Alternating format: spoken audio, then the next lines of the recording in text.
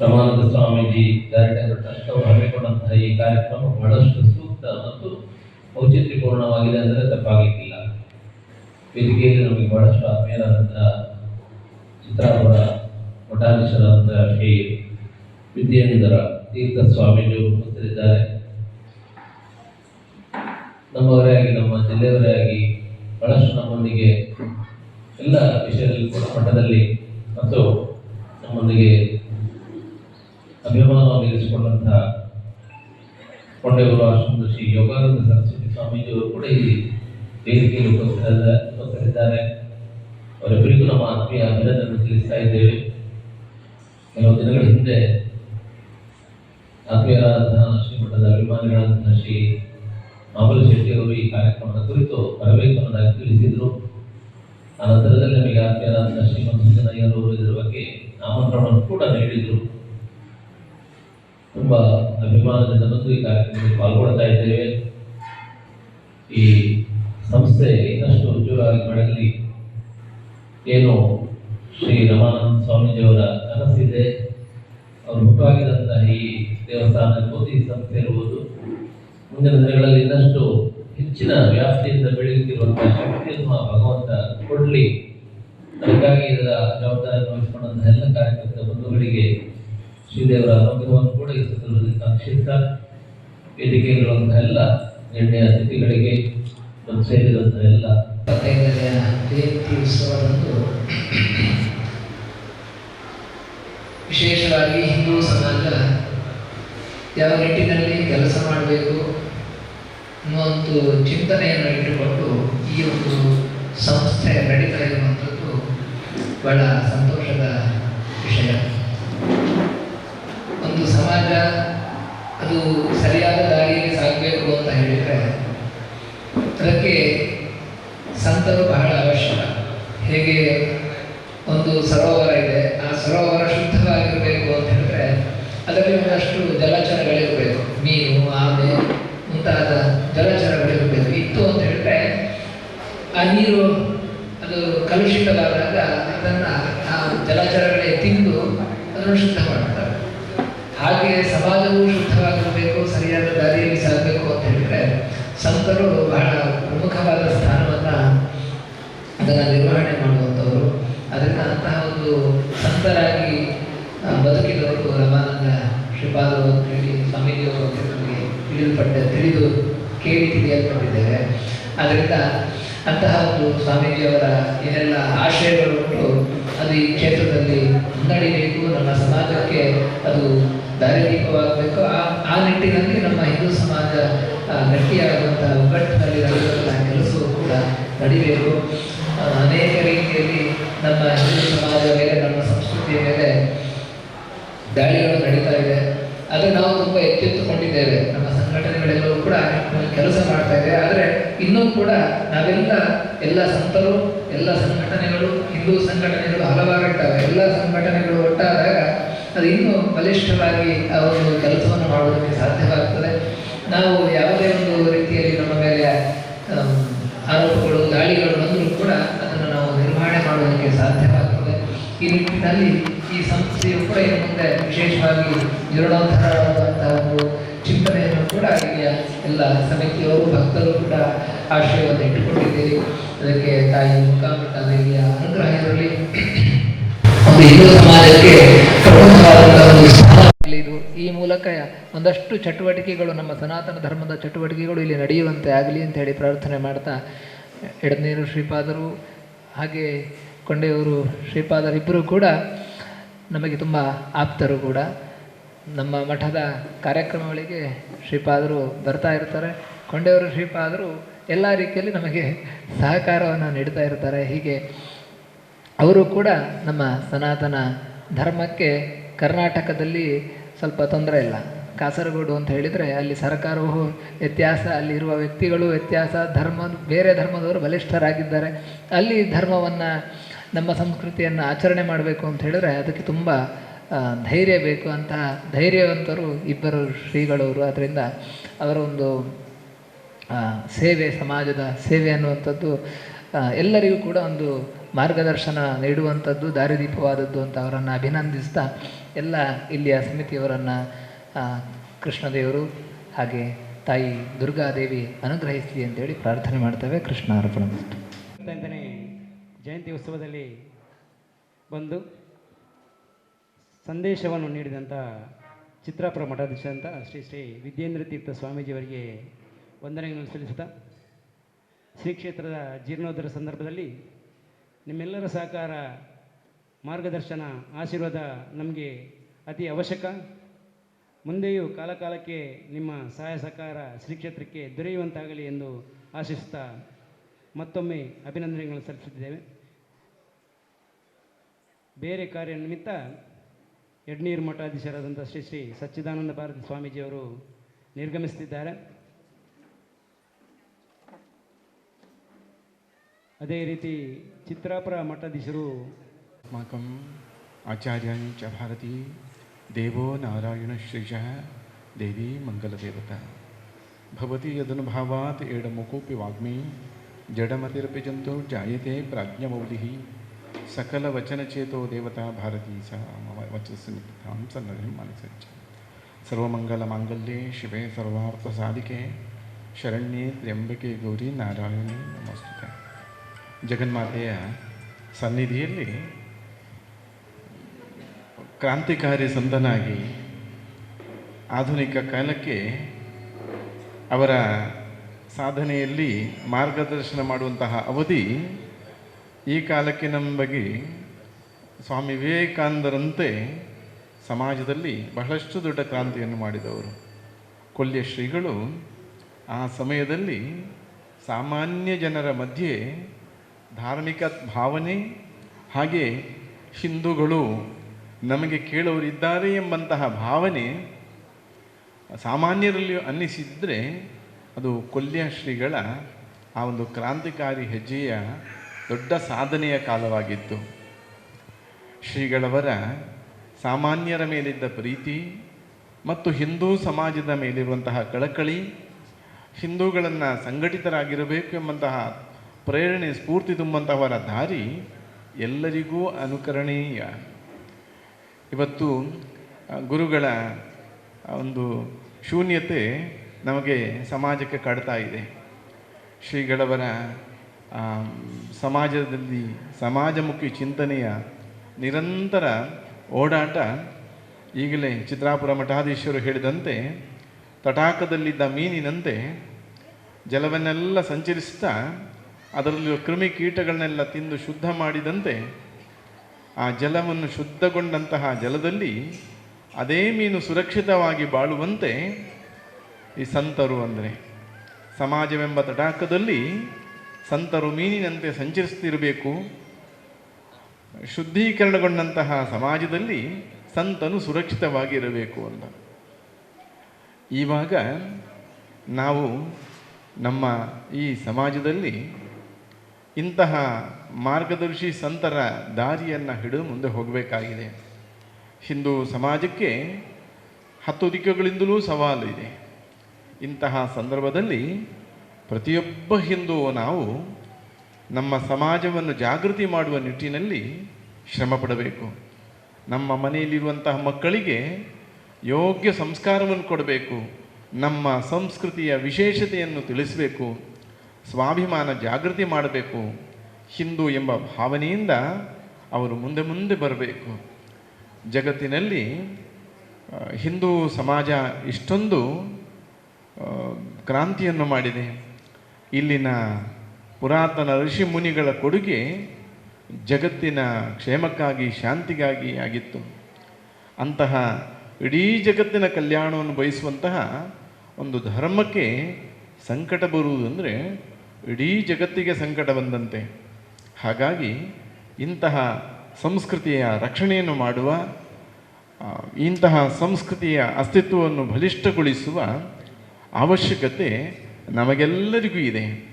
ಪ್ರತಿಯೊಂದು ಹಿಂದೂ ಮನೆಯೂ ಸಮಾಜದ ಬಗ್ಗೆಯೂ ಯೋಚನೆ ಮಾಡಬೇಕು. ಕೇವಲ ತನ್ನ ಮನೆಯ ಬಗ್ಗೆ ಮಾತ್ರ ಯೋಚಿಸಿದ ಸಾಕಾಗುವುದಿಲ್ಲ.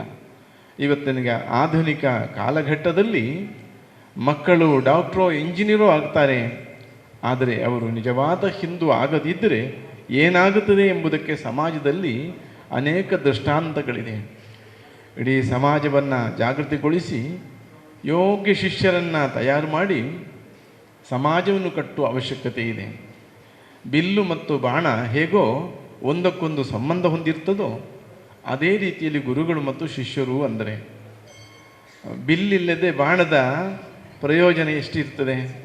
ಅದರ ಬಾಣ ಹರಿತವಾಗಿರ್ತದೆ. ಹರಿತವಾದ ಬಾಣವನ್ನು ಎಷ್ಟರ ಮಟ್ಟಿಗೆ ಉಪಯೋಗಿಸಬಹುದು?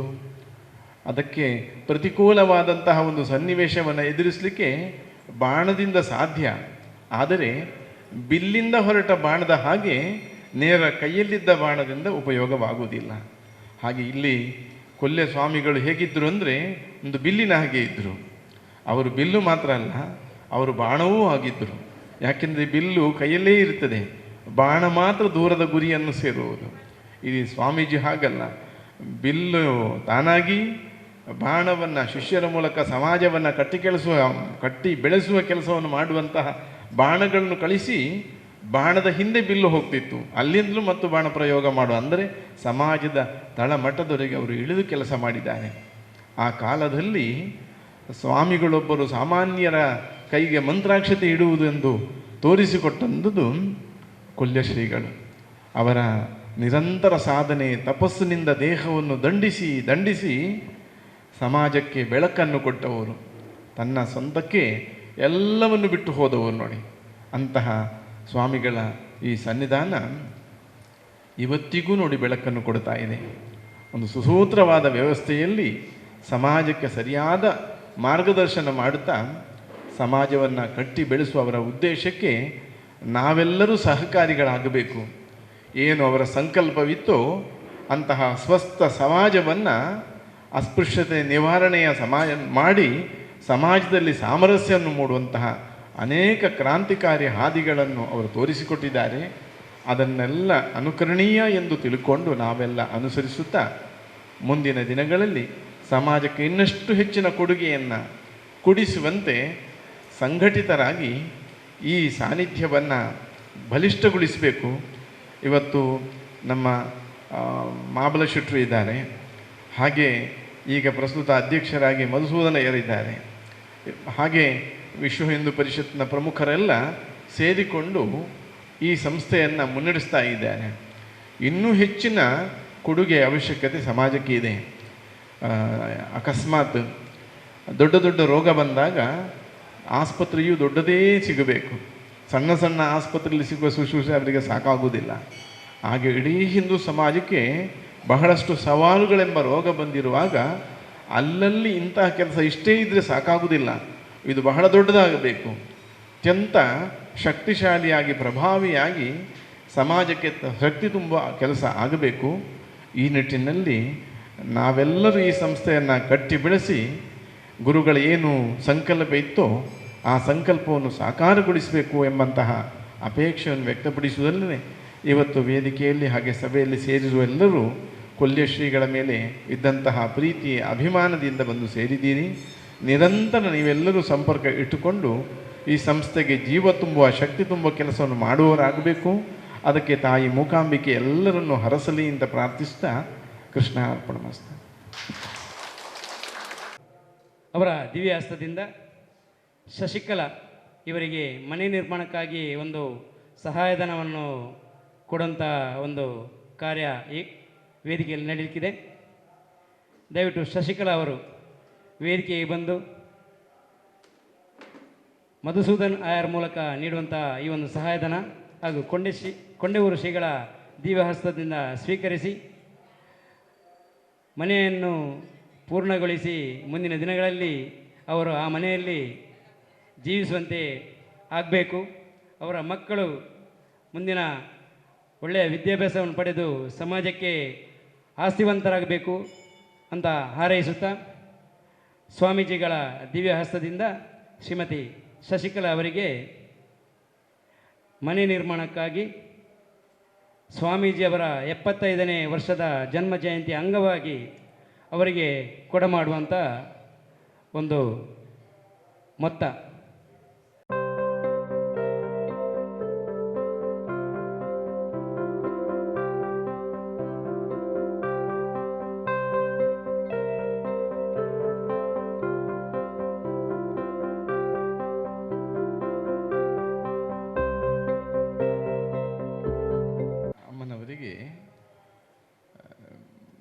ನೆಮ್ಮದಿಯಿಂದ ವಾಸ ಮಾಡಬೇಕು ಎಂಬಂತಹ ಉದ್ದೇಶದಿಂದ ಮಧುಸೂದನ ಅಯ್ಯರವರು ಮನೆ ನಿರ್ಮಾಣಕ್ಕಾಗಿ ಸಹಕಾರವನ್ನು ಕೊಟ್ಟಿದ್ದಾರೆ.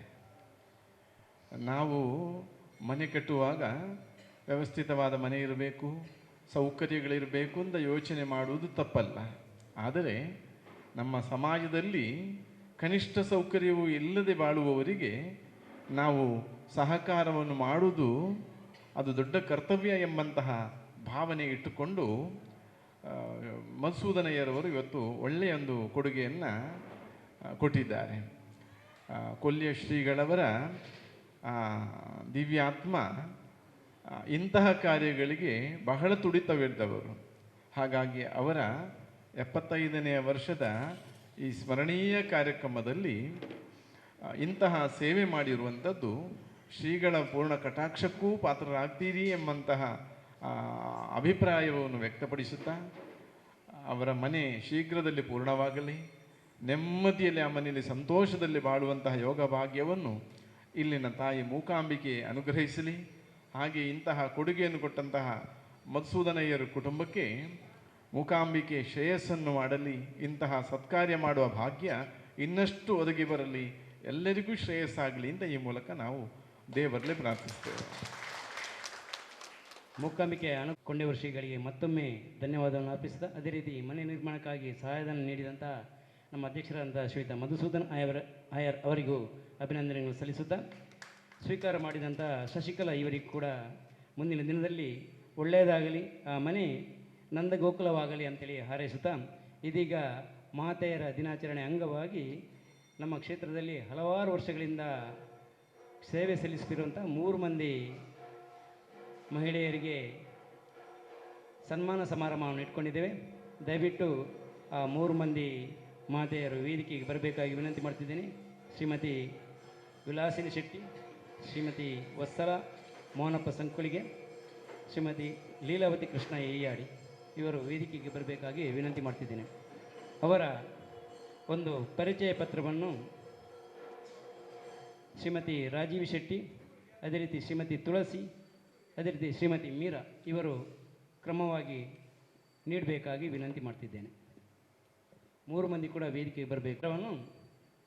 ಶ್ರೀಮತಿ ರಾಜೀವ್ ಶೆಟ್ಟಿ, ಅನಂತರ ಶ್ರೀಮತಿ ತುಳಸಿ, ಶ್ರೀಮತಿ ಮೀರಾ ಇವರು ಓದಬೇಕಾಗಿ ವಿನಂತಿ.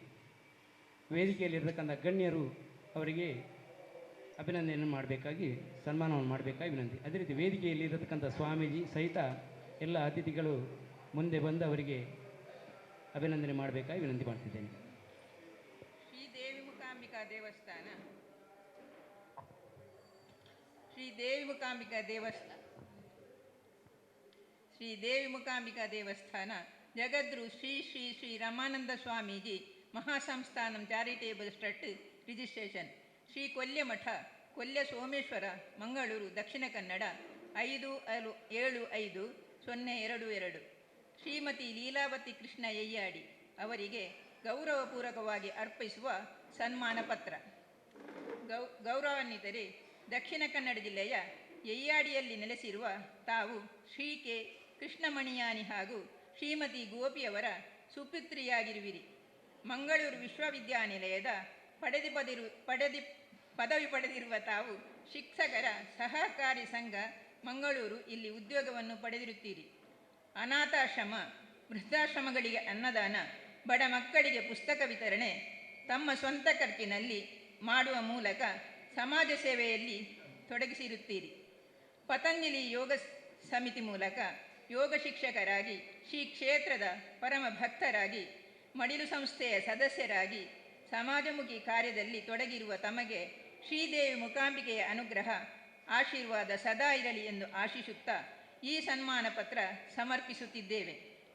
ಅಧ್ಯಕ್ಷರು ಶ್ರೀ ಮಧುಸೂದನ ಅಯ್ಯರ್, ಕಾರ್ಯದರ್ಶಿ ಶ್ರೀ ನಾರಾಯಣ ಕುಂಪಲ, ಕೋಶಾಧಿಕಾರಿ ಶ್ರೀ ಕೃಷ್ಣಮೂರ್ತಿ, ಟ್ರಸ್ಟಿಗಳಾದ ಶ್ರೀ ಮಹಾಬಲ ಶೆಟ್ಟಿ ಕೂಡ್ಲು, ಶ್ರೀ ಜಿ ವಾಸುದೇವ ಗೌಡ, ಶ್ರೀ ಗೋಪಾಲ ಕುತ್ತಾರ್, ಶ್ರೀ ಶರಣ್ ಪಂಪ್ವೆಲ್, ಶ್ರೀ ಶಿವಾನಂದ ಮೆಂಡನ್, ಶ್ರೀಮತಿ ಜೆ ಗುಣವತಿ ಆಚಾರ್ಯ, ಶ್ರೀ ಮೋಹನ್ ಗೋರಿಗುಡ್ಡ, ಶ್ರೀ ಬಿ ರಾಧಾಕೃಷ್ಣ ಶೆಟ್ಟಿ ಹೊಸಮನೆ, ಶ್ರೀಮತಿ ಸುಲೋಚನಿ ಕೆ, ಅಧ್ಯಕ್ಷರು ಹಾಗೂ ಸರ್ವ ಸದಸ್ಯರು ಮಹಿಳಾ ಮಂಡಳಿ, ಶ್ರೀ ಸ್ವಾಮಿ ರಮಾನಂದ್ರಾಶ್ರಮ ಕೊಲ್ಯ, ಆಡಳಿತ ಸಮಿತಿ ಶ್ರೀ ದೇವಿ ಮೂಕಾಂಬಿಕಾ ದೇವಸ್ಥಾನ ಕೊಲ್ಯ.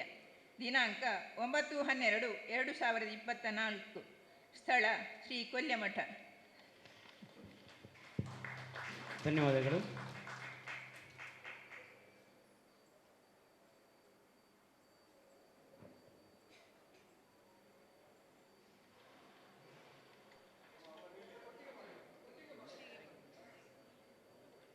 ಶ್ರೀದೇವಿ ಮೂಕಾಂಬಿಕಾ ದೇವಸ್ಥಾನ, Jagadguru Shri Shri Shri Ramananda Swamiji Mahasamsthanam charitable trust registered, Shri Kolyamath, Kolya, Someshwara, Mangaluru. Shrimati Vilasini B Shetty Ujjodi ಅವರಿಗೆ ಗೌರವಪೂರ್ವಕವಾಗಿ ಸಮರ್ಪಿಸುವ ಸನ್ಮಾನ ಪತ್ರ. ಗೌರವಾನ್ವಿತರೇ, ದಕ್ಷಿಣ ಕನ್ನಡ ಜಿಲ್ಲೆಯ ಮಂಗಳೂರು ಬೋಳಾರದಲ್ಲಿ ಶ್ರೀ ಸೀತಾರಾಮ ಶೆಟ್ಟಿ ಮತ್ತು ಶ್ರೀಮತಿ ಸರಸ್ವತಿ ಶೆಟ್ಟಿಯವರ ಮಗಳಾಗಿರುವ ತಾವು ಮಂಗಳೂರು ವಿದ್ಯುತ್ ಸರಬರಾಜು ಕಂಪನಿ ಮೆಸ್ಕಾಂ ಇದರ ಹಿರಿಯ ಅಧಿಕಾರಿಯಾಗಿ ಕಾರ್ಯನಿರ್ವಹಿಸುತ್ತಿದ್ದು, ಇದೀಗ ನಿವೃತ್ತ ಜೀವನ ನಡೆಸುತ್ತಿರುವಿರಿ. ಡಿಗ್ರಿ ಪದವಿ ಪಡೆದಿರುವ ತಾವು ಶ್ರೀ ಭಗವಾನ್ ದಾಸ್ ಶೆಟ್ಟಿಯವರನ್ನು ವಿವಾಹವಾಗಿ 2 ಮಕ್ಕಳನ್ನು ಪಡೆದ ಸುಖಿ ಸಂಸಾರ ನಡೆಸುತ್ತಿದ್ದೀರಿ. 1986ರಿಂದಲೂ ಶ್ರೀ ಕ್ಷೇತ್ರದ ಭಕ್ತರಾಗಿ ಸಮರ್ಪಣಾ ಭಾವದಿಂದ ಸೇವೆ ಸಲ್ಲಿಸುತ್ತೀರಿ. ಲಯನ್ಸ್ ಕ್ಲಬ್ ಮಂಗಳೂರು ಇದರ ಸದಸ್ಯರಾಗಿ ಇದೀಗ ಕೋಶಾಧಿಕಾರಿಯಾಗಿ ಸೇವೆ ಸಲ್ಲಿಸುತ್ತಿರುವ ತಮಗೆ ಶ್ರೀದೇವಿ ಮೂಕಾಂಬಿಕೆಯ ಅನುಗ್ರಹ ಆಶೀರ್ವಾದ ಸದಾ ಇರಲಿ ಎಂದು ಆಶಿಸುತ್ತಾ ಈ ಸನ್ಮಾನ ಪತ್ರವನ್ನು ಸಮರ್ಪಿಸುತ್ತಿದ್ದೇವೆ. ಅಧ್ಯಕ್ಷರು ಶ್ರೀ ಮಧುಸೂದನ ಅಯ್ಯರ್, ಶ್ರೀ ನಾರಾಯಣ ಕುಂಪಲ ಕಾರ್ಯದರ್ಶಿ, ಶ್ರೀ ಕೃಷ್ಣ ಮೂರ್ತಿ ಕೋಶಾಧಿಕಾರಿ. ಟ್ರಸ್ಟಿಗಳಾದ ಶ್ರೀ ಮಹಾಬಲ ಶೆಟ್ಟಿ ಕೂಡ್ಲು,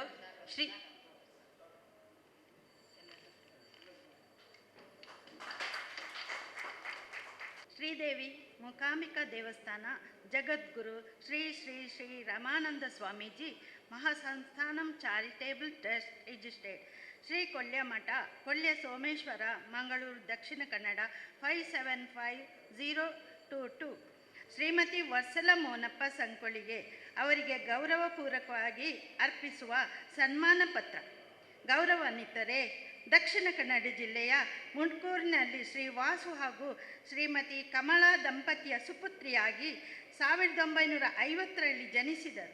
ತಾವು ಪ್ರಾಥಮಿಕ ಶಿಕ್ಷಣ ಮುಂಡ್ಕೂರಿನಲ್ಲಿ ಪಡೆದಿದ್ದು, ಸೋಮೇಶ್ವರ ಸಂಕೋಳಿಗೆಯ ಶ್ರೀ ಮೋನಪ್ಪರವರನ್ನು ವಿವಾಹವಾಗಿ 4 ಮಕ್ಕಳನ್ನು ಪಡೆದು ಸುಖ ಸಂಸಾರದ ಜೀವನವನ್ನು ನಡೆಸುತ್ತಿರುತ್ತೀರಿ.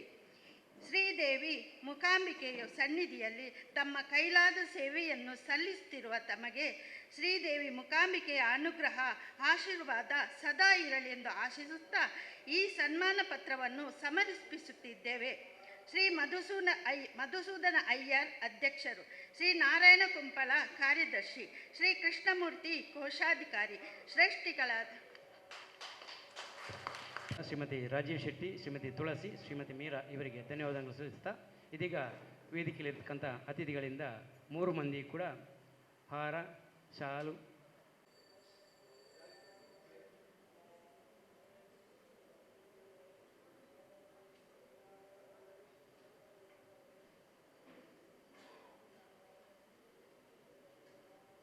ಸುಲೋಚನೆಯವರಿಗೆ ಸನ್ಮಾನ ಪತ್ರವನ್ನು ಕೊಡಿ, ಅವರು ನೀಡಲಿ. ಸುಲೋಚನೆ ಟೀಚರ್ ಸನ್ಮಾನ ಪತ್ರವನ್ನು ನೀಡಿ. ಅದೇ ರೀತಿ ಕಮಲ ಇದ್ದಾರೆ, ಪಂಚಾಯತ್ ಪುರಸಭೆ ಅವರು ಫಲವಸ್ತುವನ್ನು ಅವರಲ್ಲಿ ಕೊಡಿ, ಅವರು ನೀಡಲಿ.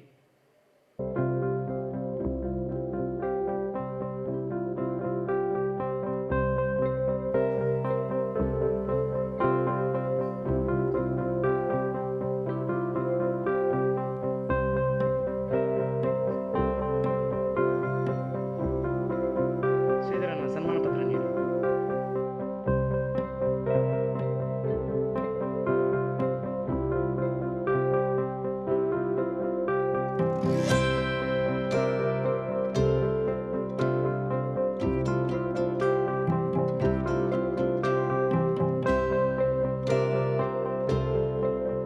ಸ್ಮರಣ ಮಾತ್ರೇನ ಸರ್ವತೋ ಜಯಮಂಗಲ. ಜಗದ್ಗುರು ರಮಾನಂದ ಸ್ವಾಮೀಜಿಯವರ ಈ ಒಂದು 75ನೇ ವರ್ಷದ ಹುಟ್ಟುಹಬ್ಬದ ಆಚರಣೆಯ ಶುಭ ಸಂದರ್ಭದಲ್ಲಿ ತಾಯಿ ಮೂಕಾಂಬಿಕೆಯ ಅಡಿಸ್ಥಾನದಲ್ಲಿ ಮಾಡತಕ್ಕಂಥ ಈ ಸಭಾ ಕಾರ್ಯಕ್ರಮದ ಅಧ್ಯಕ್ಷ ಸ್ಥಾನವನ್ನು ವಹಿಸಿರುವಂತಹ ನಮ್ಮ ಸುಲೋಚನಾ ಟೀಚರ್ ಅವರೇ, ಅದೇ ರೀತಿ ನಿರ್ಗಮಿತ ಯತಿವರ್ಯರ ಪಾದಾರವಿಂದಗಳಿಗೆ ಅವರ ಅನುಪಸ್ಥಿತಿಯಲ್ಲಿ ವಂದಿಸುತ್ತಾ, ಪ್ರಸ್ತುತ ನಮ್ಮೊಂದಿಗೆ ದಿವ್ಯ ಉಪಸ್ಥಿತಿಯಲ್ಲಿರುವ ಶ್ರೀ ಶ್ರೀ ಯೋಗಾನಂದ ಸರಸ್ವತಿ ಸ್ವಾಮೀಜಿ ಕೊಂಡೇವರು ಉಪ್ಪಳ ಇವರ ಪಾದಕಮಲಗಳಿಗೆ ವಂದಿಸುತ್ತಾ, ಸಮಾರಂಭದ ವಿಶೇಷವಾಗಿ ನಮ್ಮೊಂದಿಗೆ ನಮ್ಮ ಇರುವಂತಹ ಶ್ರೀ ಮಧುಸೂದನ್ ನಾಯರವರೇ, ಸಂಸ್ಥೆಯ ನಿಕಟಪೂರ್ವ ಅಧ್ಯಕ್ಷರಾಗಿರ್ತಕ್ಕಂತಹ ಸನ್ಮಾನ್ಯ ಶ್ರೀ ಮಾಬಲ್ ಶೆಟ್ಟರವರೇ, ವೇದಿಕೆಯಲ್ಲಿರುವ ಎಲ್ಲ ಗಣ್ಯರೇ, ವೇದಿಕೆಯ ಮುಂಭಾಗದಲ್ಲಿರುವ ದೇವಸ್ಥಾನದ ಸಂಘಟಕರು, ಸಂಘದ ಹಿಂದೂ ಸಂಘಟನೆಗೋಸ್ಕರ ಪಾದರಸದಂತೆ ಕೆಲಸ ಮಾಡುತ್ತಿರುವಂತಹ ನಮ್ಮ ಕುತ್ತಾರಣ್ಣನವರೇ, ಅದೇ ರೀತಿ ಟ್ರಸ್ಟಿಗಳಾದ ಶ್ರೀ ಕೃಷ್ಣಮೂರ್ತಿಯವರೇ, ವಾಸುದೇವ ಗೌಡ್ರವರೇ, ಶರಣ್ ಪಂಪೇಲ್ರವರೇ, ಶಿವಾನಂದ ಮೆಂಡನ್ರೇ, ಗುಣವತಿ ಆಚಾರ್ಯವರೇ, ಮೋಹನ್ ಗೌರಿಗುಡ್ಡೆ, ಅದೇ ರೀತಿ ರಾಧಾಕೃಷ್ಣ ಶೆಟ್ಟಿ, ಅಲ್ಲದೆ ಎಲ್ಲ ಮಾತೆಯರೇ, ಮಾಧ್ಯಮ ಮಿತ್ರರೇ, ಶ್ರದ್ಧೆಯ ತಾಯಂದಿರೇ, ಮಕ್ಕಳೇ, ಬಹುಶಃ ಸ್ವಾಮೀಜಿಯವರನ್ನು ಬಹಳ ಹತ್ತಿರದಿಂದ ಕಂಡುಕೊಂಡವರಂಥವರಲ್ಲಿ ನಾನು ಕೂಡ ಒಬ್ಬ. ನಮಗೆ ಅವರು ಜೀವಿತಾವಧಿಯಲ್ಲಿ ಇರುವಾಗ ನಮ್ಮನ್ನು ಎಲ್ಲ ಕಡೆ ಕರ್ಕೊಂಡು ಹೋಗ್ತಾಯಿದ್ರು. ಒಂದನೇದಾಗಿ ಅವರು ಯಾಕೆ ಕರ್ಕೊಂಡು ಹೋಗ್ತಾಯಿದ್ರು ಅಂತ ಹೇಳಿದರೆ, ಆ ಸ್ವಾಮೀಜಿಯವರು ಕೆರೆಯ ನೀರನ್ನು ಕೆರೆಗೆ ಚೆಲ್ಲಿ ಎಂಬ ಒಂದು ತತ್ವ ಸಿದ್ಧಾಂತವನ್ನು ಹೊಂದಿದವರು. ಇಲ್ಲಿ ಏನು ಅವರಿಗೆ ನಮ್ಮ ದೂರದ ಮುಂಬೈಯಿಂದ ಆಗಿರ್ಬೋದು, ಹತ್ತಿರದ ಭಕ್ತರಿಂದ ಆಗಿರ್ಬೋದು, ಏನು ಆ ಸಂಗ್ರಹವಾದಂತಹ ಅವರಿಗೆ ಸಂಗ್ರಹವಾದ ಏನು ಕಾಣಿಕೆ ಬರ್ತದೆ ಅಥವಾ ದವಸ ಧಾನ್ಯಗಳು ಬರುತ್ತವೆ, ಅವುಗಳೆಲ್ಲವನ್ನು ಅವರು ಸಮಾಜಕ್ಕೆ ಅರ್ಪಿಸುವಂಥ ಒಂದು ಮಹಾನ್ ದೊಡ್ಡ ಚೇತನ ಅಂತ ಹೇಳಿದರೆ ಅದು ತಪ್ಪಾಗಲಿಕ್ಕಿಲ್ಲ. ಇದನ್ನು ಪ್ರಸ್ತುತಪಡಿಸಬೇಕಾದರೆ ನಮ್ಮಲ್ಲಿ ಆಗಿನ ಕಾಲದಲ್ಲಿ ಸ್ವಾಮಿಗಳ ಬಗ್ಗೆ ಮಾತನಾಡುವವರು ಬಹಳ ಕಡಿಮೆ ಇದ್ದರು. ಕಳೆದ ಬ್ರಹ್ಮಕಲಶದಲ್ಲಿ ನಾವು 10 ವಾಹನಗಳಲ್ಲಿ ವಿವಿಧ ಜಿಲ್ಲೆಯ ಕಾಸರಗೋಡು ಹಾಗೂ ದಕ್ಷಿಣ ಕನ್ನಡ ಜಿಲ್ಲೆಯ ವಿವಿಧ ಕೇಂದ್ರಗಳಿಗೆ ನಾವು ಹೋಗಿದ್ದೇವೆ. ಹೋಗಿ ಈ ಕೊಲ್ಯ ಬ್ರಹ್ಮಕಲಶ 2006ರಲ್ಲಿ ಆಗಿತ್ತು. ಆ ಬ್ರಹ್ಮಕಲಶದ ಪ್ರಧಾನ ಕಾರ್ಯದರ್ಶಿಯ ಹುದ್ದೆಯನ್ನು ನನಗೆ ಕೊಟ್ಟಿದ್ದರು. ಅಧ್ಯಕ್ಷರಾಗಿ ಗೋರಿಗುಡ್ಡೆ ನಾರಾಯಣರವರನ್ನು ಮಾಡಿದರು. ಅದೇ ರೀತಿ ನಮ್ಮ ಕೋಶಾಧಿಕಾರಿ ಹುದ್ದೆಯನ್ನು ಸ್ವಾಮೀಜಿಯವರು ಸ್ವತಃ ನಿರ್ವಹಿಸ್ತಾ ಇದ್ದರು. ಬಹುಶಃ ಅದೊಂದು ವಿಶಿಷ್ಟವಾದಂಥ ಒಂದು ವ್ಯವಸ್ಥೆ. ಸ್ವಾಮೀಜಿಯವರು ಸಾಮಾನ್ಯವಾಗಿ ಬಯಲಿಳಿದು ಕೆಲಸ ಮಾಡುವಂಥ ಸ್ವಾಮೀಜಿ ಅಂತ ಹೇಳಿದರೆ ಅದು ರಮಾನಂದ ಸ್ವಾಮೀಜಿಯವರು. ಎಲ್ಲ ಕಡೆ ನಾವೊಂದು 10-12 ಕಡೆ ಅವರ ಸ್ವಾಮೀಜಿಯ ಬಗ್ಗೆ ಅತ್ಯಂತ ಹತ್ತಿರದಿಂದ ಗೊತ್ತಿದ್ದವನಾದ್ದರಿಂದ ನಾನು ಎಲ್ಲ ಅವರ ಬಗ್ಗೆ ಹೇಳ್ತಾ ಇದ್ದೆ. ಅದಕ್ಕೆ ನನ್ನನ್ನು ಅವರು ಪ್ರತಿ ಸಲ ಎಲ್ಲಿ ಹೋಗಬೇಕಾದರೂ ನಮ್ಮನ್ನು ಕರ್ಕೊಂಡು ಹೋಗ್ತಾ ಇದ್ದರು. ಅಂದಿನ ಕಾಲದಲ್ಲಿ ಕೃಷ್ಣ ಕುಂಜತ್ತೂರು ಅವರೊಬ್ಬರು ಟ್ರಸ್ಟಿ ಆಗಿದ್ದರು. ತದನಂತರ ನಮ್ಮ ಮಾಬಲ್ ಶೆಟ್ಟರವರು ಅಂದಿನಿಂದಲೂ ಸ್ವಾಮೀಜಿಯವರ ಒಟ್ಟಿಗೆ ಇದ್ದವರು. ಪ್ರಸ್ತುತ ದೇವಕೀತನೆ ಎಂಬ ಆ ಬಿರುದನ್ನು ಕೂಡ ಕೊಟ್ಟವರು ಬಹುಶಃ ಅದು ಸ್ವಾಮೀಜಿಯವರಂತೇಳಿ ನಾನು ತಿಳ್ಕೊಳ್ತೇನೆ. ನಿನ್ನೆ ತಾನೇ ನಮ್ಮ ಮಾಬಲ್ ಶೆಟ್ಟರ ಕಾರ್ಯಕ್ರಮ ಒಂದು ಇತ್ತು, ನಾನು ಕೂಡ ಹೋಗಿದ್ದೆ. ಬಹಳಷ್ಟು ಸುಂದರವಾಗಿ ಆ ಒಂದು ವಾರದ ಅವರ ಇದು ನಮ್ಮ ಹರಿಕಥಾ ಕಾಲಕ್ಷೇಪ ನಡೆದಿತ್ತು. ಬಹಳ ಉತ್ತಮವಾಗಿ ಅದು ಮೂಡಿಬಂತು. ಅದೇ ರೀತಿ ನಮ್ಮ ಅವರ ಒಟ್ಟಿಗೆ ಇರುವವರು ತೋನ್ಸೆ ಪುಷ್ಕಳ್ ಕುಮಾರ್ ಅವರು ನನಗೆ ನೆನಪು ಬರ್ತಾ ಇದ್ರು. ನಿನ್ನೆ ಅವರು ಕೂಡ ಇದ್ದರು. ಬಹಳಷ್ಟು ಅವರೊಂದಿಗೆ ಹೆಗಲಿಗೆ ಹೆಗಲು ಕೊಟ್ಟು ಆ ಕಾರ್ಯಕ್ರಮ ಯಶಸ್ವಿಗೆ ಅವರು ಕೂಡ ಕಾರಣಕರ್ತರಾಗಿದ್ದಾರೆ. ಇನ್ನೊಂದು ಏನಂತ ಹೇಳಿದರೆ, ನಾವು ನಮ್ಮದೊಂದು ಸಮಿತಿ ಸದಸ್ಯರಲ್ಲಿ ಒಂದು ವಿನಂತಿ ಏನಂತ ಹೇಳಿದರೆ, ಮುಂದಕ್ಕೆ ಒಂದು ಸೇವಾ ಸಮಿತಿ ಹಿಂದೆ ಸ್ವಾಮೀಜಿಯವರ ಕಾಲದಲ್ಲಿ ಇದ್ದ ಹಾಗೆ ಅದನ್ನು ಮುಂದುವರಿಸಿದರೆ ಒಳ್ಳೆಯದು. ಯಾಕಂತ ಹೇಳಿದರೆ ನಮ್ಮ ಟ್ರಸ್ಟಿಗಳು ಪಾದರಸದಂತೆ ಹಿಂದೂ ಸಂಘಟನೆಗೋಸ್ಕರ ಕೆಲಸ ಮಾಡುವವರು. ಅವರು ಯಾವಾಗ ನೋಡಿದರೂ ಬಿಸಿ ಇರ್ತಾರೆ. ಇಲ್ಲಿ ದೇವಸ್ಥಾನದ ದೈನಂದಿನ ಕಾರ್ಯಕ್ರಮ ನೋಡಬೇಕಾದ್ರೆ ಅವಳಿಗೆ ಸ್ವಲ್ಪ ಕಷ್ಟ ಆಗ್ಬೋದು. ಅದಕ್ಕೆ ಒಂದು ಸೇವಾ ಸಮಿತಿಯನ್ನು ರೂಪೀಕರಣ ಮಾಡಬೇಕು ಅಂತೇಳಿ ಈಗಾಗಲೇ ನಾವು ಮಾಬಲ್ ಶೆಟ್ಟರ ಹತ್ರ ಹೇಳಿದೆ. ಆವಾಗ ಏನಾಗ್ತದೆ ಅಂತ ಹೇಳಿದರೆ, ಈ ಆಸುಪಾಸಿನ ಎಲ್ಲರಿಗೂ ಒಂದು ತಮ್ಮನ್ನು ತಾವು ತೊಡಗಿಸಿಕೊಳ್ಳಲಿಕ್ಕೆ ಒಂದು ಅವಕಾಶ ಆಗ್ತದೆ ಅಂತೇಳಿ ಈ ಸಂದರ್ಭದಲ್ಲಿ ಅವರಲ್ಲಿ ಒಂದು ಬೇಡಿಕೆಯನ್ನು ಕೂಡ ಸಲ್ಲಿಸ್ತಾ ಇದ್ದೇನೆ. ಜೊತೆಗೆ ಇವತ್ತು ಮಾತೆಯರ ದಿನಾಚರಣೆ. ಮಾತೆಯರಂತ ಹೇಳಿದರೆ ಯತ್ರ ನಾರ್ಯಸ್ತು ಪೂಜ್ಯಂತೆ ರಮಂತೆ ತತ್ರ ದೇವತಾ ಅಂತೇಳಿ ನಮ್ಮ ಭಾರತ ದೇಶದಲ್ಲಿ ಮಾತೆಯರಿಗೆ ವಿಶೇಷ ಗೌರವ ಇದೆ. ಮಾತೆ ಅಂತ ಹೇಳಿದರೆ ನಾವು ಅದನ್ನು ದೇವಿಗೆ ಹೋಲಿಸ್ಬೋದು, ನದಿಗೆ ಹೋಲಿಸ್ಬೋದು, ಭೂಮಿಗೆ ಹೋಲಿಸ್ಬೋದು. ಎಲ್ಲ ರೀತಿಯಲ್ಲಿ ಕೂಡ ಅದು ಆ ಒಂದು ಸಲ್ಲುವಂಥದ್ದು ಮಾತೆಯರಿಗೆ. ಇನ್ನು ನಾವು ಎರಡನೇದಾಗಿ ಹೇಳಿದರೆ ದೇವಸ್ಥಾನದಲ್ಲ ಜೀರ್ಣೋದ್ಧಾರ ಕಾರ್ಯ ಈಗಾಗಲೇ ಅದಕ್ಕೆ ಮೊನ್ನೆ ಪ್ರಶ್ನೆಯ ಮೂಲಕ ಚಾಲನೆ ಒಂದು 10% ಭಾಗ ಪ್ರಾರಂಭ ಆಗಿದೆ. ಬಹುಶಃ 2006 ಬ್ರಹ್ಮಕಲಶ ಈ ತಂತ್ರ ಸಮುಚ್ಚಯ ಗ್ರಂಥ ಅಂತ ಹೇಳಿದೆ. ಅದರ ಉಲ್ಲೇಖದಲ್ಲಿ ಹೇಳುವುದಾದರೆ ಆಗಮಶಾಸ್ತ್ರದಲ್ಲಿ ಪ್ರತಿಷ್ಠಾಪನೆಗೊಂಡ ಪ್ರತಿಯೊಂದು ದೇವಸ್ಥಾನ ಕೂಡ 12 ವರ್ಷಕ್ಕೊಮ್ಮೆ ಬ್ರಹ್ಮಕಲಶ ಮಾಡಬೇಕು ಅಂತೇಳಿ ಶಾಸ್ತ್ರದಲ್ಲಿ ಹೇಳಿದ್ದಾರೆ. 12 ಕಳೆದ್ರೆ 18 ಅದು ಮ್ಯಾಕ್ಸಿಮಮ್ ಅಂದರೆ 18 ಅಂತ. ಅದು ಮಾಡದಿದ್ದರೆ ಏನಾಗ್ತದೆ ಅಂತ ಹೇಳಿದರೆ ಆ ಊರಿಗೆ ಸುಭಿಕ್ಷೆ ಇರುವುದಿಲ್ಲ ಅಂತೇಳಿ ಬ್ರಹ್ಮಕಲಶ. ಯಾಕಂತ ಹೇಳಿದರೆ ಆ ಪುನರ್ ಪ್ರತಿಷ್ಠೆ ಮಾಡುವಂತಹ ಸಂದರ್ಭದಲ್ಲಿ ಅವರು ಪ್ರತಿಷ್ಠೆ ಮಾಡುವಾಗ ಒಂದು 8 ಬಗೆಯ ದ್ರವ್ಯಗಳನ್ನು ಅದರೊಳಗಡೆ ಹಾಕ್ತಾರೆ. ಆ ಅಷ್ಟಬಂಧ ಅಂತ ಏನು ನಾವು ಕರಿತೇವೆ, ಎಲ್ಲ ಕಡೆ ಬೋರ್ಡಲ್ಲಿ ನೋಡುವಿರಿ ನೀವು, ಅಷ್ಟಬಂಧ ಬ್ರಹ್ಮಕಲಶ ಅಂತೇಳಿ. ನಮ್ಮ ಸನಾತನ ಹಿಂದೂ ಧರ್ಮದಲ್ಲಿ ಇದ್ದುಕೊಂಡು ನಮಗೆ ನಮ್ಮ ಹಬ್ಬದ ಬಗ್ಗೆ ಸ್ವಲ್ಪ ಅದು ತಿಳಿದುಕೊಳ್ಳೋದು ಭಾಳ ಉತ್ತಮ. ಅಷ್ಟಬಂಧ ಬ್ರಹ್ಮಕಲಶ ಅಂತ. ಈ ಅಷ್ಟಬಂಧ ಅಂತ ಹೇಳಿದರೆ ಅದು 8 ನಮೂನೆಯ ಒಂದು ದ್ರವ್ಯವನ್ನು ಅಂತ ಹೇಳಿದರೆ ನಾವು ಅದು ಗಮ್ ಅಂತ ಹೇಳ್ತೇವೆ. ಅದನ್ನು ಆ ಬಿಂಬದ ಆ ಪೀಠದ ಅಡಿಗೆ ಅದನ್ನು ಇಟ್ಟು ಅದನ್ನು ಅಲ್ಲಿಗೆ ಗಟ್ಟಿ ಮಾಡುವಂಥದ್ದು. ಈ ಗಟ್ಟಿ ಮಾಡಿದಾಗ ಅದು ಏನಾಗ್ತದೆ ಅಂತ ಹೇಳಿದರೆ 12 ವರ್ಷದಲ್ಲಿ ಅವುಗಳು ಬೇರೆ ಬೇರೆ ರೀತಿಯಲ್ಲಿ ನಾವು ಅಭಿಷೇಕ ಮಾಡ್ತೇವೆ. ಈ ಅಭಿಷೇಕ ಮಾಡುವಂತಹ ಸಂದರ್ಭದಲ್ಲಿ ಅವು ಕ್ರಮೇಣ ಅಲ್ಲಿಂದ ಜಾರ್ತದೆ. ಆ ಅಷ್ಟಬಂಧವು ಶಿಥಿಲಗೊಳ್ತದೆ. ಈಗ ನಾವು ಮದ್ದಿನಲ್ಲಿ ಬರಿತೇವೆ ಡೇಟ್ ಆಫ್ ಎಕ್ಸ್ಪೈರಿ ಅಂತೇಳಿ. ಆ ಎಕ್ಸ್ಪೈರಿ ಅಂತ ಹೇಳಿದರೆ ಆ ಮದ್ದಿಗೆ ಕೂಡ ಒಂದು ವಾಯ್ದೆ ಇದೆ. ಆ ವಾಯ್ದೆಯ ನಂತರ ಅದನ್ನು ಉಪಯೋಗಿಸಬಾರದು ಅಂತೇಳಿ. ಅದೇ ರೀತಿ ಈ 12 ವರ್ಷಕ್ಕೊಮ್ಮೆ ಅಷ್ಟಬಂಧವನ್ನು ಬದಲಾಯಿಸುವುದು ನಮ್ಮ ಈ ಆಗಮಶಾಸ್ತ್ರದಲ್ಲಿ ಪ್ರತಿಷ್ಠಾಪನೆಗೊಂಡ ದೇವಸ್ಥಾನದ ಒಂದು ಮಹತ್ವ. ಅದನ್ನು ನಾವು ಮಾಡಬೇಕಾಗಿದೆ. ಈಗ ಬಹುಶಃ 18 ವರ್ಷ ಈ ಸಲ ಅಲ್ಲ ಮಧುಣ್ಣ 18 ವರ್ಷ ಆಗ್ತಾ ಇದೆ. ಇದಕ್ಕೆ ಸರಿಯಾದ ಸಮಯ. ಒಂದು ವೇಳೆ ಅದನ್ನು ಸಣ್ಣದಾಗಿ ಹೇಳೋದಾದರೆ ನಾವು ಆಗಮಶಾಸ್ತ್ರದಲ್ಲಿಯೇ ಒಂದು ಉಲ್ಲೇಖ ಕೊಟ್ಟಿದ್ದಾರೆ. ಬ್ರಹ್ಮಕಲಶ ಅಂದರೆ ಏನು ಅಂತ. 25 ತತ್ವ ಸ್ವರೂಪಗಳಾದ ಆಗಮೋಕ್ತ 25 ದ್ರವ್ಯಗಳನ್ನು ಕಲಶಗಳಲ್ಲಿ ಯೋಜಿಸಿ ಬಿಂಬ ಶರೀರದ ಬಾಹ್ಯ ಸಾಮರ್ಥ್ಯವನ್ನು ಬಲಪಡಿಸುವುದೇ ಬ್ರಹ್ಮಕಲಶದ ಮೂಲ ತತ್ವ ಅಂತೇಳಿ ಹೇಳ್ತಾರೆ. ಇದು ಮಾಡಿದ್ದು ಯಾಕೆ, ಮಾಡಿದರೆ ಏನಾಗ್ತದೆ ಅಂತಲೇ ವಿಶುದ್ಧಿ, ಸಾನ್ನಿಧ್ಯ, ಸಮೃದ್ಧಿ ಕಾರಕ ಅಂತ.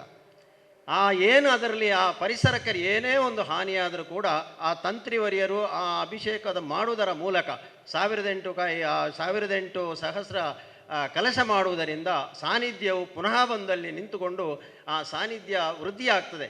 ಸಾನ್ನಿಧ್ಯ ವೃದ್ಧಿ ಆದರೆ ಏನಂತ ಹೇಳಿದರೆ ಒಂದು ಊರು ಒಳ್ಳೆಯದಾಗಬೇಕಾದ್ರೆ ಅಲ್ಲಿ ದೇವಾಲಯ, ವಿದ್ಯಾಲಯ, ವೈದ್ಯಾಲಯ ಇವುಗಳು 3 ಒಟ್ಟೊಟ್ಟಿಗೆ ಇದ್ದರೆ ಆ ಗ್ರಾಮ ಸುಭಿಕ್ಷೆಯಲ್ಲಿ ಇರಲಿಕ್ಕೆ ಸಾಧ್ಯ ಉಂಟು.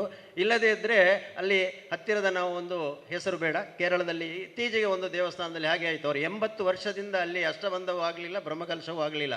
ಅಲ್ಲಿನ ಊರಿನ ಜನರಿಗೆ ಆ ಬಿಸಿಲಿನ ತಾಪ ಜಾಸ್ತಿಯಾಗಿ ಮೈ ಮೇಲೆ ಎಲ್ಲ ಒಂದು ಕಜ್ಜಿ ಬಂದಂತಹ ಒಂದು ಸಂದರ್ಭ ನಮಗೆ ನೆನಪಿದೆ. ಯಾಕೆ ಬಂತು ಅಂತ ಹೇಳಿದರೆ ಅದಕ್ಕೆ ಮದ್ದೇ ಇರಲಿಲ್ಲ. ಆಮೇಲೆ ಅದು ಪುನರ್ ಪ್ರತಿಷ್ಠೆ ಆಯಿತು, ಬ್ರಹ್ಮಕಲಶ ಆಯಿತು. ಅಲ್ಲಿ ಎಲ್ಲ ಈಗ ಗ್ರಾಮಸ್ಥರು ಸುಭಿಕ್ಷೆಯಲ್ಲಿದ್ದಾರೆ.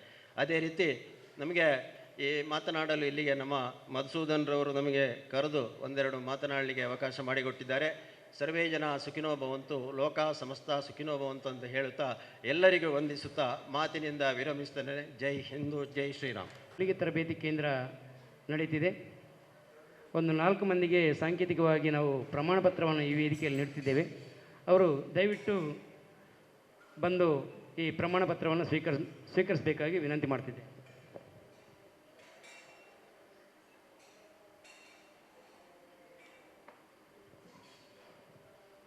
ಹೇಮಲತಾ, ಅಕ್ಷತಾ, ಶೈಲಜಾ, ಅದೇ ರೀತಿ ವೈಶಾಲಿ ಎಸ್ ಗಟ್ಟಿ, ಈ 4 ಮಂದಿ ಕೂಡ ಬಂದು ಸ್ವಾಮೀಜಿಯವರ ದಿವ್ಯ ಹಸ್ತದಿಂದ ಈ ಪ್ರಮಾಣ ಪತ್ರವನ್ನು ಸ್ವೀಕಾರ ಮಾಡಬೇಕಾಗಿ ವಿನಂತಿ ಮಾಡ್ತಿದ್ದೇನೆ. ವೈಶಾಲಿ, ಹೊಲಿಗೆ ತರಬೇತಿ ಕೇಂದ್ರದ 4 ಮಂದಿ ಪ್ರಮಾಣ ಪತ್ರ ಅವರಿಲ್ಲಿದ್ದರೆ ಅವರ ಶಿಕ್ಷಕರು ಯಾರಾದರೂ ಅಥವಾ ಅವರ ಮನೆಯವರು ಇದ್ದರೆ ಸ್ವೀಕಾರ ಮಾಡಬೇಕು.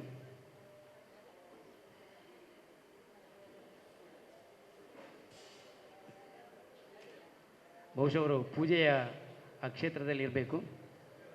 ಕ್ಷೇತ್ರದ ತಾಯಿ ಶ್ರೀ ಮಾತೆ ಕೋತ್ಲಿಯ ಮುಖಾಂಬಿಕಾ ಅಮ್ಮನನ್ನು ಸ್ಮರಿಸುತ್ತಾ, ಇಲ್ಲಿಯ ಎಲ್ಲ ಪರಿವಾರ ದೇವರುಗಳನ್ನು ಸ್ಮರಿಸುತ್ತಾ, ಹಾಗೆಯೇ ಇಲ್ಲಿ ಅಂತರ್ಗತರಾಗಿರುವಂತಹ ಆ ಗುರು ಶಕ್ತಿ ಜಗದ್ಗುರು ಶ್ರೀ ರಮಾನಂದ ಸ್ವಾಮೀಜಿಯವರ ಪಾದಾರವಿಂದಗಳಿಗೆ ನನ್ನ ಭಕ್ತಿಯ ನಮನಗಳನ್ನು ಅರ್ಪಿಸುತ್ತಾ, ವೇದಿಕೆಯಲ್ಲಿ ಆಸೀನರಾಗಿರುವಂತಹ ಅಜ್ಞಾನದ ಅಂಧಕಾರದಿಂದ ಜ್ಞಾನದ ಬೆಳಕಿನಡೆಗೆ ಕೊಂಡೊಯ್ಯುತ್ತಿರುವಂತಹ ಗುರುವರಿಯರಿಗೆ ನನ್ನ ಭಕ್ತಿಪೂರ್ವಕ ನಮನಗಳನ್ನು ಅರ್ಪಿಸ್ತೇನೆ.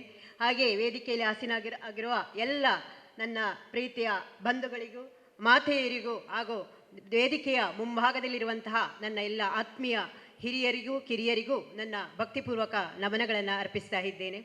ಇವತ್ತು ನಮ್ಮ ಜಗದ್ಗುರುಗಳ 75ನೇ ವರ್ಷದ ಜಯಂತಿ ಉತ್ಸವವನ್ನು ಇಲ್ಲಿ ಆಚರಿಸ್ತಾ ಇದ್ದೇವೆ. ಈ ಸಂದರ್ಭದಲ್ಲಿ ಅನಿರೀಕ್ಷಿತವಾಗಿ ನನಗೆ ಒಂದು ಸನ್ಮಾನಗೊಳ್ಳುವಂತಹ ಒಂದು ಪುಣ್ಯ ಒಂದು ಸಂದರ್ಭ ಒದಗಿ ಬಂತು. ಇದು ನನ್ನ ತಾಯಿ ತಂದೆ ಮಾಡಿದ ಪುಣ್ಯದ ಫಲ ಅಂತ ನಾನು ಭಾವಿಸ್ತಾ ಇದ್ದೇನೆ. ಖಂಡಿತವಾಗಿಯೂ ನಾನು ಏನು ಅಲ್ಲ, ಝೀರೋ, ಏನು ಮಾಡಿಲ್ಲ. ಆದರೂ ಏನೋ ಒಂದು ನಮ್ಮ ಕೊಲ್ಯದ ಒಂದು ಟ್ರಸ್ಟಿಗಳ ಒಂದು ಅಭಿಲಾಷೆಯಂತೆ ಇವತ್ತು ಇಲ್ಲಿ ಈ ಪುಣ್ಯದ ಒಂದು ಸ್ಥಳದಲ್ಲಿ ಗುರುಗಳ ಸನ್ನಿಧಾನದಲ್ಲಿ ಸನ್ಮಾನಗೊಳ್ಳುವ ಅದಕ್ಕೂ ಒಂದು ಪೂರ್ವ ಜನ್ಮದ ಪುಣ್ಯ ಬೇಕು. ನನ್ನ ಜನ್ಮ ಸಾರ್ಥಕ ಅಂತ ಎನಿಸ್ತೇನೆ ಈ ಸಂದರ್ಭದಲ್ಲಿ. ಹಾಗೆ ನಾನು ಇಲ್ಲಿಗೆ ನನ್ನ 12ನೇ ವರ್ಷದಿಂದ ಇಲ್ಲಿಗೆ ಬರ್ತಾ ಇದ್ದೇನೆ. ಚಿಕ್ಕ ಒಂದು ದೇವಸ್ಥಾನ ಇತ್ತು, ಕೊಲ್ಯ ಶ್ರೀಗಳನ್ನು ನೋಡಲಿಕ್ಕೆ ಅಂತ ಬಂದದ್ದು. ತನ್ನ ತಂದೆಯವರೊಟ್ಟಿಗೆ ಬಂದಾಗ ಅದು ಚಿಕ್ಕ ಒಂದು ಎದುರಿಗಿದ್ದ ಒಂದು ಕಟ್ಟಡ ಆಗಿತ್ತು. ಅಲ್ಲಿ ತುಂಬ ಅಯ್ಯಪ್ಪ ಸ್ವಾಮಿಯ ವ್ರತಾಧಾರಿಗಳಿದ್ದರು. ಅವರೆಲ್ಲ ನನ್ನನ್ನು ಪ್ರೀತಿಯಿಂದ ಮಾತಾಡಿಸಿದರು. ನನಗೆ ತುಂಬ ಖುಷಿ, ಸ್ವಾಮೀಜಿಗಳೆಲ್ಲ ನನ್ನ ಹತ್ರ ಮಾತಾಡಿದರು ಅಂತೇಳಿ. ಮತ್ತು ಅಲ್ಲಿಂದ ಈವರೆಗೆ ಆಗಾಗ್ಗೆ ಬಂದು ಸ್ವಾಮೀಜಿಗಳ ದರ್ಶನ, ದೇವಿಯ ದರ್ಶನ ಮಾಡಿ ಹೋಗ್ತಾ ಇದ್ದೆ. ಹಾಗೆ ಈ ಪುಣ್ಯಕ್ಷೇತ್ರ ಉದ್ಘಾಟನೆಯಾದಂತಹ ಸಂದರ್ಭ 1988ರಲ್ಲಿ ಪ್ರಥಮವಾಗಿ ನಾವು ರಾತ್ರಿ ನಮ್ಮ ಸ್ನೇಹಿತರೆಲ್ಲ ಅಲ್ಲಿ ಕುಳಿತು ಕಣ್ಣು ರಾತ್ರಿ ಆ ದೇವರ ಪ್ರತಿಷ್ಠೆ ಆಗುವಂತಹ ಸಮಯದಲ್ಲಿ ಎಲ್ಲ ಇದ್ದೆವು. ನಮಗೆ ಮೊದಲು ಚಿಕ್ಕವರಿಗೆಲ್ಲ ಮೊದಲು ಒಳಗೆ ಹೋಗುವಂಥ ಅವಕಾಶವನ್ನು ಕೊಟ್ಟರು. ನಾವು ಎಲ್ಲರ ಹತ್ರ ಹೇಳ್ತಾ ಬಂದೆವು, ನಾವು ದೇವಿಯ ದರ್ಶನ ಮಾಡಿ ಬಂದೆವು ಆ ಹೊಸ ದೇವಸ್ಥಾನದಲ್ಲಿ ಅಂತ. ಅಂತಹ ಒಂದು ಖುಷಿ ಇವತ್ತು ನನಗೆ ನೆನಪಿದೆ. ಅವತ್ತಿನಿಂದ ಇವತ್ತಿನವರೆಗೆ ಈ ದೇವಸ್ಥಾನದ ಒಂದು ಉದ್ಧಾರಕ್ಕಾಗಿ ಆ ಸ್ವಾಮೀಜಿಯವರ ಪ್ರೀತಿಯಿಂದ ಹಾಗೂ ದೇವಿಯವರ ಪ್ರೀತಿಯಿಂದ ಸಾವಿರಾರು ಜನ ಭಕ್ತಾದಿಗಳು ತ್ರಿಕರಣಪೂರ್ವಕವಾಗಿ ತಮ್ಮ ತನು ಮನ ಧನವನ್ನು ಇಲ್ಲಿ ಅರ್ಪಿಸಿದ್ದಾರೆ.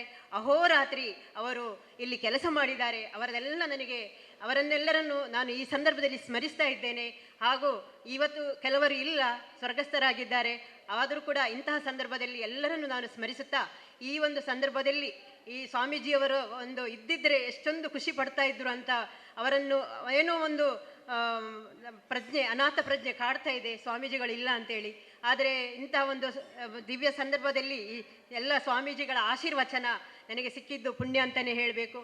ಹಾಗೆ ನಾನು ಮಡಿಲು ಎಂಬ ತಂಡದೊಂದಿಗೆ, ಅಂದರೆ ಸೇವೆ ಎಂಬುದು ಅದು ನಮ್ಮ ಕರ್ತವ್ಯ, ಅದು ಪುಣ್ಯ ಸಂಪಾದನೆಗೆ ಅಲ್ಲ ಎಂಬ ಒಂದು ಸಂಪರ್ಕದಲ್ಲಿ, ಆ ಒಂದು ಸಮಿತಿಯ ಸಂಪರ್ಕದಲ್ಲಿ ಬಂದು ಕೊಂಡೆವೂರು ಶ್ರೀಗಳ ಆಶ್ರಮಕ್ಕೆ ತುಂಬ ಸಲ ಹೋಗಿದ್ದೇನೆ. ಅಲ್ಲಿ ಹೋದಾಗ ಅವರ ಒಂದು ಸತ್ಸಂಗದ ಪ್ರಭಾವ ನನ್ನನ್ನು ಇನ್ನಷ್ಟು ಕೆಲಸ ಮಾಡಲಿಕ್ಕೆ ಉತ್ತೇಜನಗೊಂಡಿದೆ. ಅವರು ಹೇಳುವ ಒಂದೊಂದು ಮಾತುಗಳು ಕೂಡ ನಮ್ಮಲ್ಲಿ ಹೊಸ ಚೈತನ್ಯವನ್ನು ತುಂಬಿದೆ. ಇಂತಹ ಒಂದು ದಿವ್ಯ ಸನ್ನಿಧಾನದಲ್ಲಿ ಇವತ್ತು ಸನ್ಮಾನಗೊಳ್ಳುವುದು ಕೂಡ ನನ್ನ ಸುಕೃತ ಅಂತ ಭಾವಿಸ್ತೇನೆ. ಈ ಸಂದರ್ಭದಲ್ಲಿ ನನ್ನನ್ನು ಕರೆಸಿ, ನಾವು ಎಲ್ಲೋ ಒಂದು ದೆಲೆಯ ಇದ್ದಂಥ ಮೂಲೆಯಲ್ಲಿ ಇದ್ದ ನಮ್ಮನ್ನು ಗುರುತಿಸಿದ್ದಕ್ಕೆ ನಾನು, ಅಲ್ಲದೆ ನಮ್ಮ ಸ್ವಾಮೀಜಿಯ ಪೂರ್ವಾಶ್ರಮದ ಬಂಧು ಕೂಡ ಹೌದು, ಆ ಪೂರ್ವಾಶ್ರಮದ ಬಂಧುಗಳ ಪರವಾಗಿ ಕೂಡ ನಾನು ಎಲ್ಲರಿಗೂ, ಈ ಸಮಿತಿಯ ಚಾರಿಟೇಬಲ್ ಟ್ರಸ್ಟ್ ಹಾಗೆ ಟ್ರಸ್ಟಿಗಳಿಗೂ ಹಾಗೂ ನನ್ನ ಎಲ್ಲ ಮಾತೆಯರಿಗೂ ಸದಸ್ಯರಿಗೂ ಕೂಡ ಎಲ್ಲರಿಗೂ ನನ್ನ ಹೃದಯಾಂತರದ ವಂದನೆಗಳನ್ನು ಅರ್ಪಿಸ್ತಾ, ಎಲ್ಲರಿಗೂ ಒಳ್ಳೆಯದಾಗಲಿ, ಎಲ್ಲರಿಗೂ ಸರ್ವೇ ಜನ ಸುಖಿನೋ ಭವಂತು. ನನಗೆ 2 ಮಾತುಗಳನ್ನು ಆಡಲು ಅವಕಾಶ ಕೊಟ್ಟಿದ್ದಕ್ಕೆ ಧನ್ಯವಾದಗಳನ್ನು ಅರ್ಪಿಸ್ತೇನೆ. ಹರಿ ಓಂ. ಧನ್ಯವಾದಗಳು ಲೀಲಾ ಕೃಷ್ಣ ಏಯಾಡಿ ಇವರಿಗೆ. ಮಮತಾ ಎನ್ ಶೆಟ್ಟಿ ಇವರು ಯೋಜನಾಧಿಕಾರಿ ಬಂದಿದ್ದರೆ ದಯವಿಟ್ಟು ವೇದಿಕೆಗೆ ಬರಬೇಕಾಗಿ ವಿನಂತಿ. ಹುಲಿಗೆ ತರಬೇತಿ ಕೇಂದ್ರದ ವೈಶಾಲಿ ಎಸ್ ಗಟ್ಟಿ ಇವರು ಬಂದಿದ್ದಾರೆ. ಇವರಿಗೆ ಸ್ವಾಮೀಜಿಯವರ ದಿವ್ಯ ಹಸ್ತದಿಂದ ಪ್ರಮಾಣ ಪತ್ರವನ್ನು ನೀಡಬೇಕಾಗಿ ವಿನಂತಿ ಮಾಡ್ತಿದ್ದೇನೆ.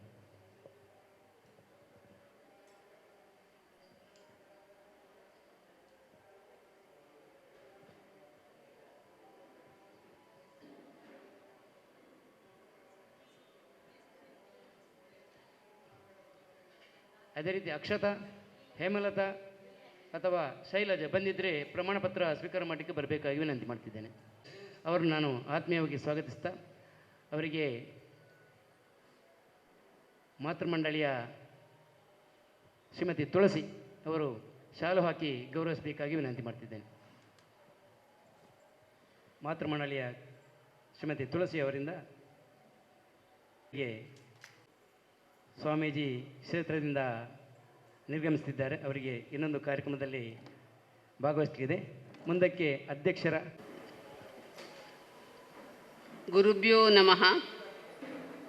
ತಾಯಿ ಮೂಕಾಂಬಿಕೆಯ ಪಾದಾರವಿಂದಗಳಿಗೆ ಅಡ್ಡ ಬೀಳುತ್ತಿದ್ದೇನೆ. ಹಾಗೆಯೇ ಪರಿಸರದ ಎಲ್ಲ ದೇವರುಗಳಿಗೂ, ನಮ್ಮ ಗ್ರಾಮ ದೇವರಾದ ಸೋಮನಾಥ ದೇವರಿಗೂ ಹಾಗೂ ಪರಿಸರದಲ್ಲಿರುವ ಎಲ್ಲ ದೇವರಿಗಳಿಗೂ ಕಾಲಿಗೆ ಎಲ್ಲರಿಗೂ ಪಾದಾರವಿಂದಗಳಿಗೆ ನಮಸ್ಕರಿಸುತ್ತಾ ಆಶೀರ್ವಾದ ಬೇಡುತ್ತಿದ್ದೇನೆ. ಹಾಗೆ ವೇದಿಕೆಯಲ್ಲಿ ಉಪಸ್ಥಿತರಿದ್ದ ಎಲ್ಲ ಗುರುವರಿಯರಿಗೂ ನಮನ ಮಾಡಿ ಆಶೀರ್ವಾದವನ್ನು ಬೇಡುತ್ತಿದ್ದೇನೆ. ಹಾಗೆಯೇ ನಮ್ಮ ಇವತ್ತಿನ 25ನೇ ಜನ್ಮದಿನೋತ್ಸವದ ಈ ಸಮಾರಂಭದಲ್ಲಿ ನಮ್ಮ ಕೊಲ್ಲೆ ಮಠದ ಚಾರಿಟೇಬಲ್ ಟ್ರಸ್ಟಿನ ಅಧ್ಯಕ್ಷರಾದ ಶ್ರೀ ಮಧುಸೂದನ್ ಅಯ್ಯರ್ರವರೇ, ಹಾಗೆಯೇ ಕಾರ್ಯದರ್ಶಿಗಳಾದ ನಾರಾಯಣ ಕುಂಪಲ್ರವರೇ, ಕೋಶಾಧಿಕಾರಿಯಾದ ಕೃಷ್ಣಮೂರ್ತಿಯವರೇ, ಹಾಗೆ ಎಲ್ಲ ಟ್ರಸ್ಟಿನವರೇ, ಹಾಗೆಯೇ ನಮ್ಮ ಮಾತೃಮಂಡಳಿಯ ಎಲ್ಲ ಅಧ್ಯಕ್ಷರುಗಳೇ, ಪದಾಧಿಕಾರಿಗಳೇ ಎಲ್ಲರಿಗೂ, ಹಾಗೆ ದೃಶ್ಯ ಮಾಧ್ಯಮದ ಬಂಧುಗಳೇ ಎಲ್ಲರಿಗೂ ನನ್ನ ನಮಸ್ಕಾರಗಳು.